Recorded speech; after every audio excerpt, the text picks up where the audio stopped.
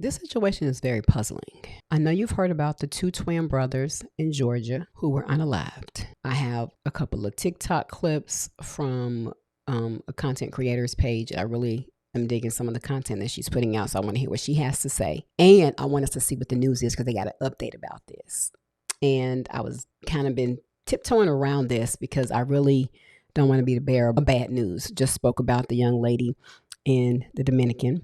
But now we definitely need to raise the level of awareness on these two young black males who, in Georgia, my home state, were found unalive. Let's listen to this, and then we're going to discuss it. Shout out to Mindset Mistress on TikTok. Check out her channel. She has some very interesting and pretty good content on there. So let's hear her input on this.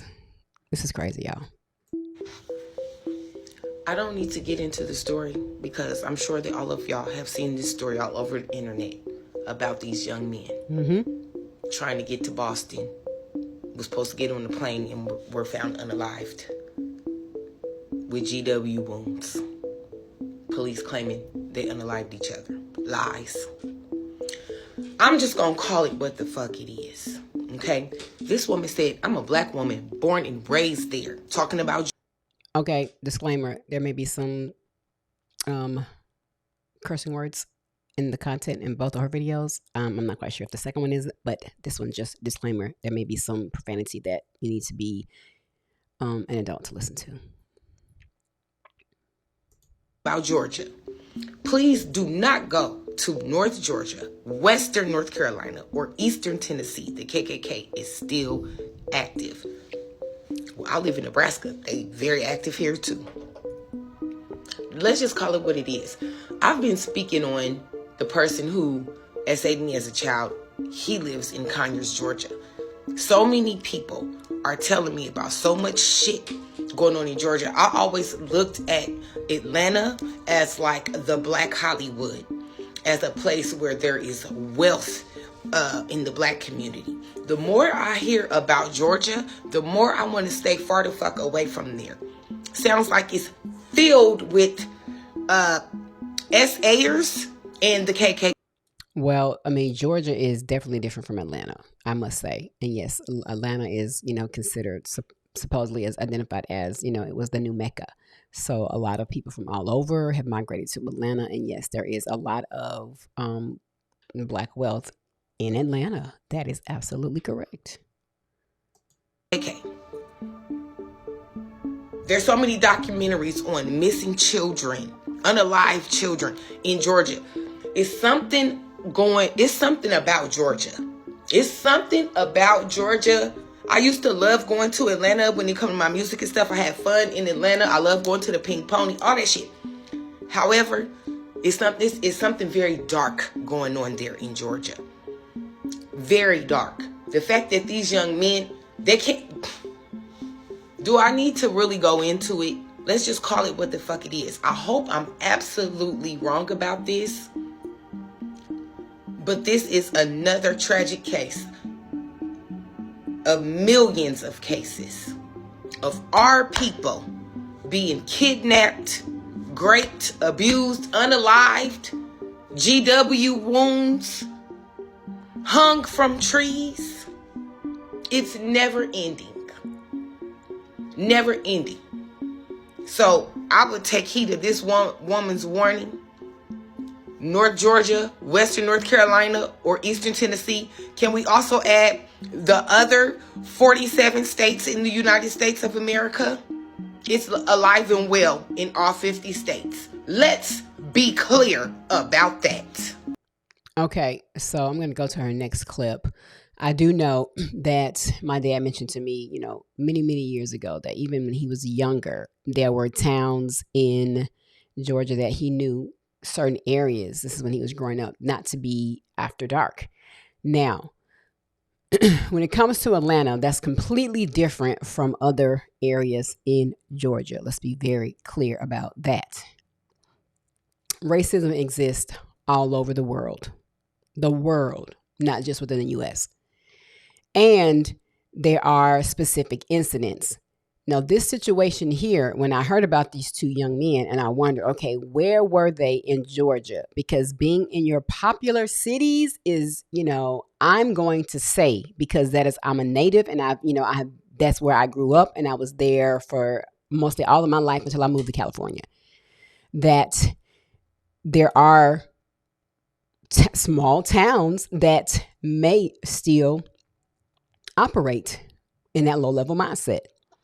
Now, when it comes to where they say he was from in Lawrenceville, I don't know about that. I knew people that lived in Lawrenceville that I never heard. They didn't say anything to me that they experienced that. Not to say it didn't exist, but we have to definitely be clear and separate Atlanta from the whole state of Georgia. Two separate things. Now, in North Georgia, I don't know. I don't know if that was an area particularly that was identified as being an area where the KKK reside. I don't know about North Georgia. Now, if this incident happened there, that is something that I thought about. I was like, okay, where were they? And there's so many questions that I want to chop up at the end. Let's hear her video. Let's finish listening. But there's some questions that I have that some gaps need to be filled. But let's be clear about Atlanta and then Georgia and other towns that are in Georgia. Different. Scott curling. Immediately, I went to go look. Scott Curlin, Kerlin, 42 years old.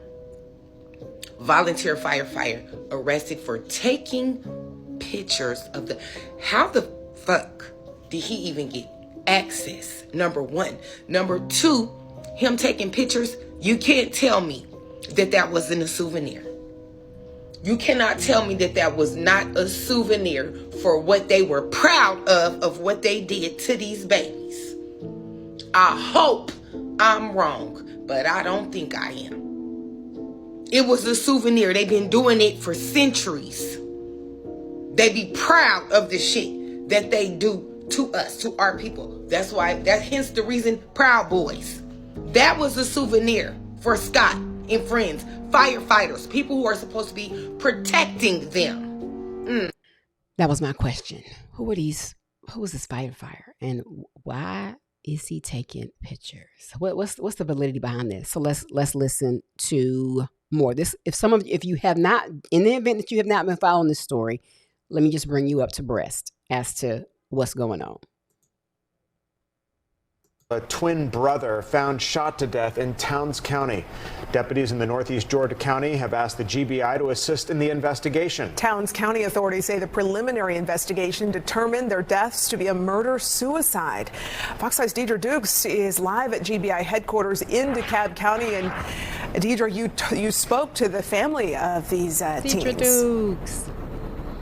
Yeah, I spoke to loved ones this afternoon, and they just say none of this makes sense. They said that the boys loved each other, that they would never hurt each other. Both suffered gunshot wounds, and the family tell me they do suspect foul play in this case. Now, a hiker discovered the bodies of 19-year-old Kadira Malik Lewis and Nazir Rahim Lewis the morning of March 8th atop Bell Mountain in Towns County. Now, the sheriff's office called in the GBI to assist in the case. Authorities said a preliminary investigation revealed the deaths were a murder-suicide, but at the same time, this investigation is ongoing. Now, family members tell us the teens were scheduled to fly to Boston the morning of March 7th to visit friends, but they missed their flight. They lived with their father and stepmother in Lawrenceville. Now, their stepmother was reportedly the last one to see the brothers at the residence the night of March 7th, and their bodies were discovered in Towns County early the next morning. Now, their airline tickets, authorities say, were still in their wallets when their bodies were discovered. And loved ones say the teens had never visited the area where they were found, some 2.5 hours away from Atlanta. They insist this was not a murder-suicide. I'm like, what? Like, that doesn't make sense. That doesn't make sense at all. Like, what are they doing way out in Hiwassee, Georgia? And, like, shot to death on the top of the mountain. How did it go from sleeping at 9 to in the mountains, then discovered Saturday? A lot of unanswered questions and the family desperate for answers tonight. Anyone with information in this case that could help them solve much of this mystery asked to contact the GBI. That's latest here at GBI headquarters in DeKalb County. Deidre Dukes, Fox 5 News. Yeah, just such a shocking and bizarre crime. Deidre, thanks. Okay, Deidre Dukes. She has been down with Channel 5 for a while, like her. Okay, now this is just an update as to what's going on. Then we're going to chop it up, y'all. We're going to discuss this because I got lots of questions. This is some validity as to what Mindset Mistress was talking about in regards to the firefighter. This is an update. On the investigation of the deaths of twin brothers on Bell Mountain, which is being investigated in part as a possible murder-suicide. The GBI has confirmed the arrest of a Towns County volunteer firefighter for misdemeanor obstruction in connection to this case.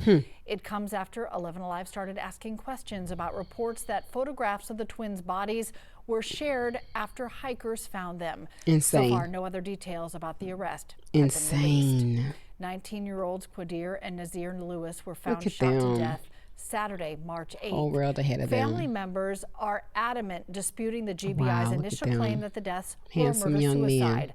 The agency says its medical examiner has completed its autopsies on the brothers, but additional forensic tests are pending as this investigation continues. Meanwhile, hundreds of people have donated to an online fundraiser to support the family of the twins. The GoFundMe was organized by their aunt. It launched 6 days ago and has already exceeded the targeted goal. Let's discuss this. It's so many gaps in this situation for me. One is they were there in Lawrenceville going to the airport to go to Boston to visit friends, but how were they being transported? No one says. Now, we are people, I've heard other content creators mention that it must have been an Uber or a shared ride. So from the time they left the house, because it doesn't say that the stepmother took them, it says she was the last person to see them alive. Now, I don't know the stepmother, don't know anything about that. So I'm just going to assume that the family was loving, because these sisters or aunts and uncle here sure seem to have, it was a healthy family situation. They said those boys were surrounded by love, a lot of support on another news clip, and this is completely out of their character. So let's not assume any negligence on the stepmother. Let's just assume she kissed and hugged and wished her stepsons well off to go and visit their friends in Boston. However, who got them from the house, and how did they wind up from the house and not going to the airport? If it was a shared ride, why hasn't the family got any information on the shared ride or taxi service who took them to who was taking them? Because I mean, there you go in regards to, and this is where it's like, this information is missing here. I haven't heard a single news story. Now I'm listening to several stories about this as to how they got from the house to on the way to the airport. That's missing. Why has Uber, Lyft, taxi, why haven't these services been mentioned of a person that drove them there? Because you got a big chunk of information that we don't have. And to me, that is a leading part of this investigation. Well, how did he get there? Where were they? How were they being transported? Who was taking them to the airport? They were in the house. They left going to the airport. She saw them. What did you see them get in? Who took them? That means you were awake when they were leaving, or you were asleep when they were leaving and you saw them the night before. But they said that she was the last person to see them alive. She was there when they went. Doesn't mean she was awake. Okay, so we don't know that. But we do know she was there in the house. We know they were in the house, and we know they were outside of the house and they got into a vehicle. Whose vehicle were they in? Key factor here. That's a big part of this investigation that I ain't heard. And I looked at multiple news stations and stories about them, about this. So let's be clear on that. That's a big part of the story that we don't have, that has, I think, is what's missing. And why hasn't any of the news broadcasters say, well, How did they get there? What was the form of transportation and who drove them? They just said they were on the way to the airport and then they were found unalive on the top of Bell Mountain. They lived in Lawrenceville. I don't know in which direction and proximity that the North Georgia mountains are from Lawrenceville. But hold up. That's why we got Chat GPT. Let's ask Chat. Chat, how far is Lawrenceville, Georgia from Bell Mountain? Lawrenceville, Georgia is about 100 miles away from Bell Mountain in Hiawassee, Georgia. The drive typically takes around 2 to 2.5 hours, depending on traffic. Okay, that says a lot. It took them 2.5, whoever drove them, they rode for 2.5 hours. And this is crazy. That's a long time. 2.5 hours it took them from Lawrenceville to get to Hiawassee from Bell Mountain. This is no, it's not bizarre. The bizarre part is why ain't nobody asked about how they got from the house to where they at. Who was driving them? Who drove the boys from the house?